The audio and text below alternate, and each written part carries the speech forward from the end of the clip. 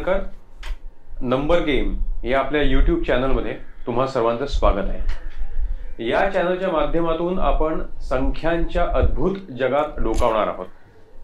हे काय असतं बघा ना, प्रत्येकाला असं वाटत असतं अमुक एक आपला लकी नंबर आहे, अमुक एक आपलं या तारखेला काम केलं तर चांगलं काम होतं वगैरे वगैरे। गाडी घेताना, घर घेताना, आपल्या व्यवसायातला भागीदार निवडताना किंवा सर्वात महत्त्वाचं म्हणजे आपल्या आयुष्याचा जोडीदार निवडताना या संख्यांचं जन्मतारखेचं काही महत्त्व असतं का, असे अनेक प्रश्न आपल्याला असतात आणि या प्रश्नांची उत्तरं आज आपण जाणून घेणार आहोत। आणि या प्रवासात आपल्याला मार्गदर्शन करणार आहेत ज्येष्ठ न्यूमरोलॉजिस्ट म्हणजे संख्याशास्त्रज्ञ उल्हास गुप्ते। नमस्कार। नमस्कार। तर न्यूमरोलॉजीचा तुमचा एक 40 वर्षांचा अभ्यास आहे, तर याची सुरुवात कशी झाली? सुरुवात फार मजेदार झाली। खरं तर ज्योतिषशास्त्र या विषयाचा माझ्याशी काहीच संबंध नव्हता किंवा माझा त्या शास्त्राशी संबंध नव्हता, पण म्हणतात ना, खूप वेळेला असे काहीतरी एक पिरियड येतो, एक असा काल येतो, विचित्र काळ आयुष्यात जगण्याचा, आणि अशा वेळेला काहीतरी असं मानसिक स्वास्थ्य मिळावं आणि हे शोधत असताना मी न्यूमरोलॉजीकडे वळलो। आणि वळलो म्हणजे मला एक पुस्तक एकाने दिलं आणि ते सहज चाळलं, वाचलं मी, त्याच्यात मला बऱ्यापैकी वाटलं आणि मग नंतर मी अनेक पुस्तकं वाचत गेलो आणि त्यातून ही न्यूमरोलॉजीची संख्याशास्त्राची आवड निर्माण झाली। बरं, मग यात न्यूमरोलॉजीचा बेस काय, संख्याचा बेस काय? म्हणजे न्यूमरोलॉजीचा बेस मुख्य म्हणजे तुमची जन्मतारीख। ओके। तुमची जन्मतारीख अर्थात सगळ्यांनाच ती माहिती असते आपल्याला जन्मतारीख, खूप वेळेला आपल्याला वेळ माहिती नसते पण जन्मतारीख माहिती नसते। आणि ही जन्मतारीख जेव्हा आपण बघतो तेव्हा काय असतं, तुमचं नाव पण बरोबर असतं आणि नावाची व्हायब्रेशन, ज्याला खाल्डियन मेथड म्हणतात, अशी एक मेथड आहे। त्या मेथड मधनं प्रत्येक अक्षराला एक अंक दिलेला आहे। ओके। आणि त्या अक्षराच्या अंकाच्या बेरजेतून तुम्हाला एक संख्या काढता येते आणि त्या संख्येवरून आणि तुमच्या जन्मतारखेवरून आपल्याला एक गणित मांडता येतं, अगदी सोपं गणित। ओके। म्हणजे आपण एक तारतम्य भाव ठेवून ते बघू शकतो की बाबा कुठला अंक, हा अंक त्याचा मित्र आहे का, कुठला मित्र आहे, काय आहे का, हा विरोधात आहे, हे सगळं आपल्याला त्या अंकाच्या अभ्यासातून आकलन होतं। तर एखाद्या व्यक्तीला त्याचा तो काय लकी नंबर वगैरे काढायचा असतो, तो कसा काढतात? पहिली गोष्ट म्हणजे एखाद्याची जन्मतारीख आहे, ती पहिली जन्मतारीख समजा एखाद्याची 19 आहे, तर 1 + 9 = 10, 10 = 1, हा त्याचा एकांक आला। हा एकांक म्हणजेच मुलांक। ओके, कळलं का नाही? पण एखाद्याची जन्मतारीख 7 आहे, त्याचा मुलांक 7। आता हा झाला मुलांक।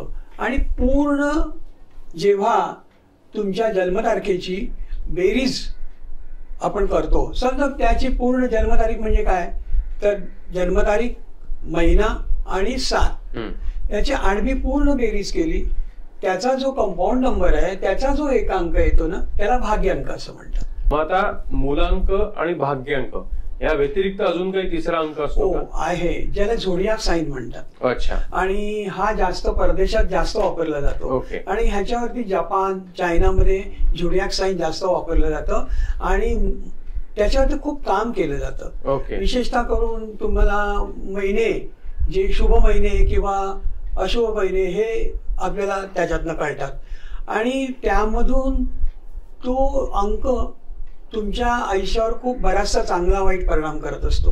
ओके, कळलं का नाही? आणि हा महिना तर कसा, तर सूर्याचा प्रवाह ज्या महिन्यात असतो, त्या महिन्यात एक रास असते, रास म्हणून एक असते, म्हणजे त्याला झोडियाक साइन म्हणतो। सूर्याचा जो प्रवास होतो या राशीतून, कळलं का नाही, तर तो राशीचा जो काल असतो जाण्याचा, तर त्याचा एक अंक असतो आणि तो अंक त्याला आम्ही शुभांक म्हणतो। म्हणजे मुलांक, भाग्यांक आणि शुभांक असा एक त्रिकोण होतो आणि ह्या त्रिकोणाद्वारे आपल्याला बरीचशी माणसाची इन्फॉर्मेशन मिळते। हा माणूस काय करू शकतो, स्वभावाने कसा आहे, हा माणूस कुठल्या प्रकारे पुढे जाऊ शकतो, कशा पद्धतीने तो स्वतःला इम्प्रूव्ह करू शकतो याची पूर्ण माहिती आपल्याला मिळू शकते आणि पुढचं त्याच्या आयुष्याचा प्रवासही कळतो आपल्याला. ओके, मग आता आपण हे जाणून घेताना समजा एखाद्या माणसाला, मला माहिती आहे, समजा माझी जन्मतारीख 1 आहे, तर मला माझा शुभांक मूलांक कळला, जन्मतारखेची मला बेरीज तर काढता येते, त्यावर मला भाग्यांक कळला, तिसरा शुभांक माहित नाहीये मला, ते शुभांकाचं जरा किचकट वाटतंय, तर फक्त मुलांकावरनं मला काही समजू शकतं का? हो, मुलांकावरून तुमचा स्वभाव कळतो, तुमची मानसिकता कळते, तुमच्या पूर्ण मनाचा शेप कळतो की तुम्ही काय प्रवृत्तीचे आहात. विशेष करून मुलांक 1 जर घेतला आपण तर ती माणसं स्वाभिमानी असतात, मानसिकरित्या ती कणखर असतात आणि ही माणसं तुम्हाला ना जास्तीत जास्त लिडरशिप मध्ये मिळतील आणि जास्तीत जास्त राजकारणात यांना सक्सेस मिळतो.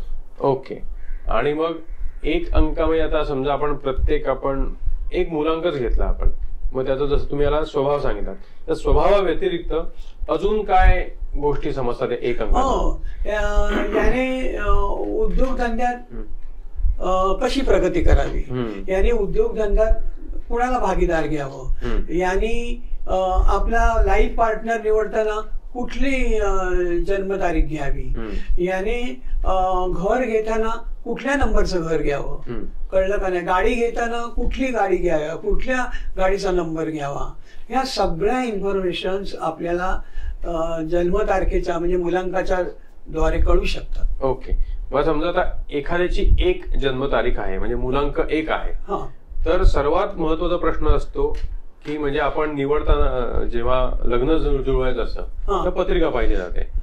मग समजा माझा मूलांक समजा 1 आहे, तर मी जोडीदार निवडताना साधारणपणे कोणत्या काय दुसऱ्या म्हणजे जोडीदाराचा नंबर किंवा मूलांक कोणता असावा असं काही असतं का? बरोबर आहे. काय असतं, ह्यांचा स्वभाव असतो ना, हे थोडासा हेकेखोर असतो आणि लिडरशिप करण्याचा असतो, दुसऱ्यावरती सत्ता गाजवण्याची ह्यांना सवय असते, तर त्यामुळे यांचं जुळतं, अतिशय जुळतं ते 4 अंकाशी. अच्छा, 4 अंक म्हणजे 4, 13, 22, 31 या तारखेला ते अतिशय समजून घेतात.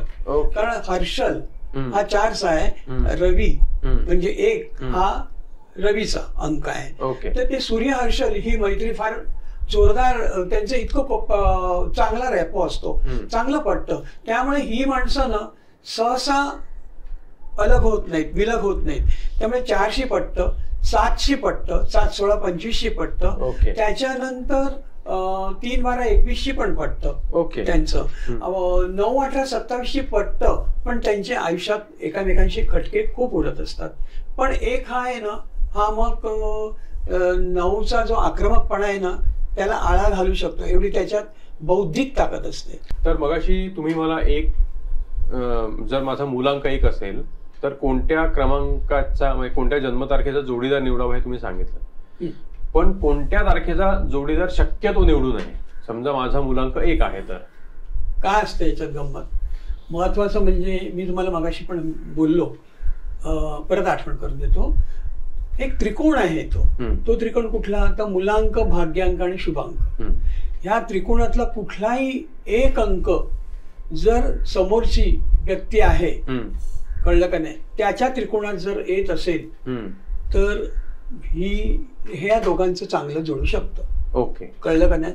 तर त्यामुळे विरोध आणि ह्या ज्या गोष्टी आहेत ना, ह्या खूपशा नावावर पण अवलंबून असतात. कारण नावाची व्हायब्रेशन जर चांगली नसतील तर खूप वेळा खूप त्रास होतो, कारण सतत नाव हे आपण घेऊन वावरत असतो.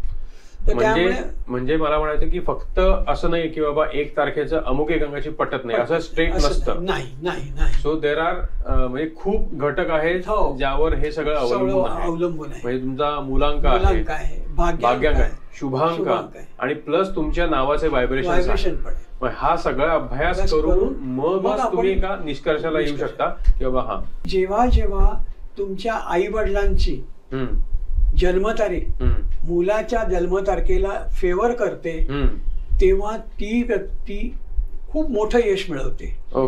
प्रचंड मोठं यश मिळवते.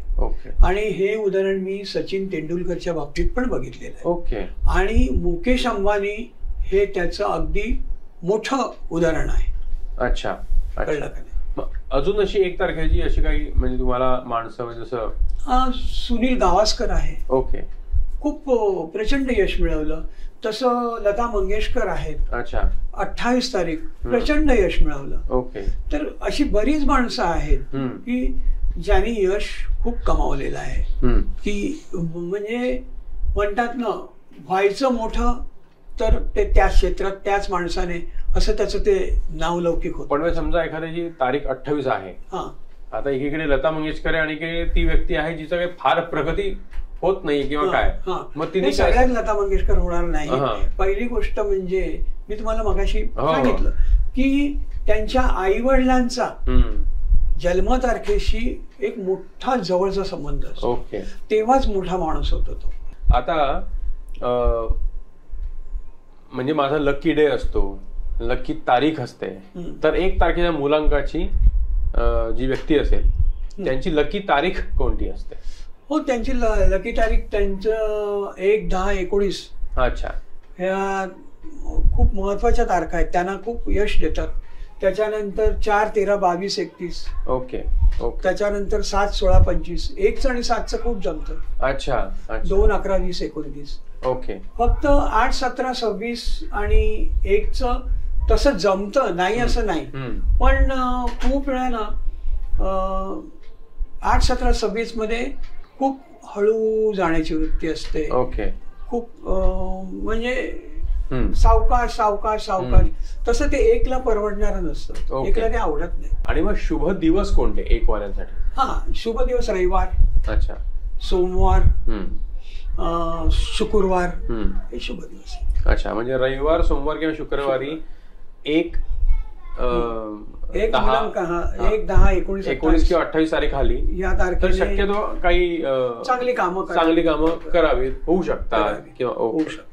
आजाराच्या बाबतीत मात्र मी तुम्हाला एक सांगेन की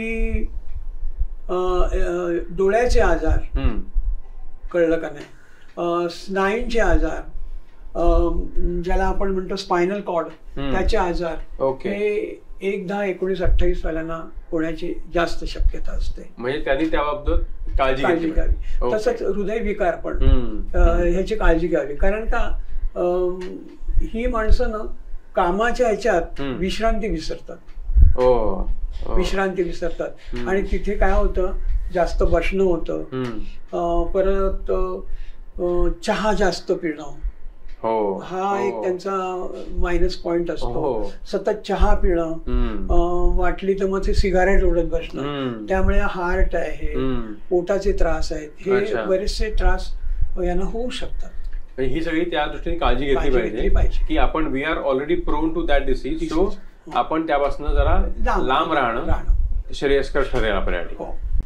तर आज आपण जाणून घेतलं की एक मूलांक म्हणजे काय, तो कोणाचा असतो, त्याचा जोडीदार कोण असतो, त्याने आजार कोणते होऊ शकतात, शुभ काळ कोणता, शुभ दिवस कोणता, शुभ तारखा कोणत्या.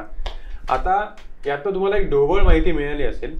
या व्यतिरिक्त तुमचे काही प्रश्न असतील तर तुम्ही आम्हाला कमेंटमध्ये सांगू शकता आणि पुढच्या एपिसोडमध्ये आपण 2 या मूलांकाविषयी जाणून घेणार आहोत. तर या चॅनलला सबस्क्राईब करा, शेअर करा आणि बेल आयकॉन दाबा, म्हणजे आमचा नवीन व्हिडिओ आला की तुम्हाला लगेचच त्याची माहिती मिळेल.